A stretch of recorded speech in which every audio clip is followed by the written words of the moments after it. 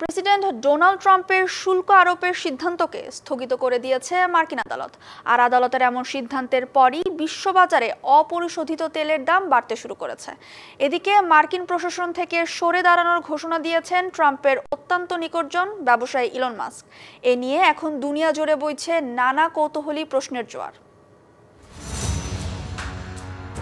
দ্বিতীয় মেয়াদে যুক্তরাষ্ট্রের ক্ষমতায় আসার পর ডোনাল্ড ট্রাম্প তার দেশের ভেতরে আর বাইরে রীতিমতো ঝড় তোলার সিদ্ধান্ত নিতে থাকেন। সেই ঝড় একটু থামার পর এবার নানামুখী সংকটে তিনি।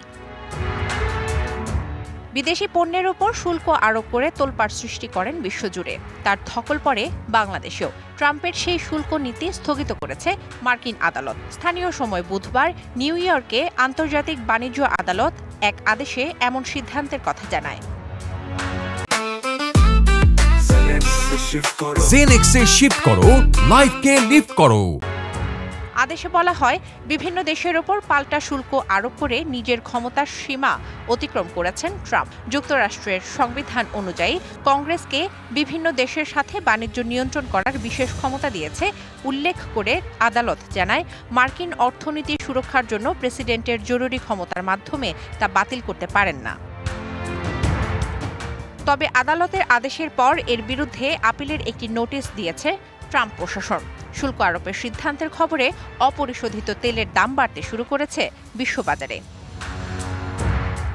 এদিকে মার্কিন প্রশাসন থেকে সরে যাওয়ার ঘোষণা দিয়েছেন প্রযুক্তি উদ্যোক্তা ট্রাম্পের অত্যন্ত ঘনিষ্ঠ জন বলে খ্যাত ইলন মাস্ক। ট্রাম্পের উপদেষ্টার পদ থেকে পদত্যাগ করেন তিনি। প্রেসিডেন্ট নির্বাচনে ট্রাম্পের পক্ষে প্রচারণায় অংশগ্রহণের পাশাপাশি সে সময় বেশ অর্থ খরচ করেন মাস্ক। প্রতিদান হিসাবে ইলন মাস্ককে প্রধান করে ডিপার্টমেন্ট অফ গভর্নমেন্ট এফিসিয়েন্সি বা DOGE নামে নতুন বিভাগ তৈরি করেন ট্রাম্প। দায়িত্ব পাওয়ার পর ভালোভাবে কাজ করলেও মাঝপথে মাস্ককে নিয়ে শুরু হয় সমালোচনা। বেশ কিছুদিন ধরে পদত্যাগের জল্পনাও চলছিল তাকে ঘিরে। শোভন শাহমিন দিশা, DBC নিউজ ডেস্ক।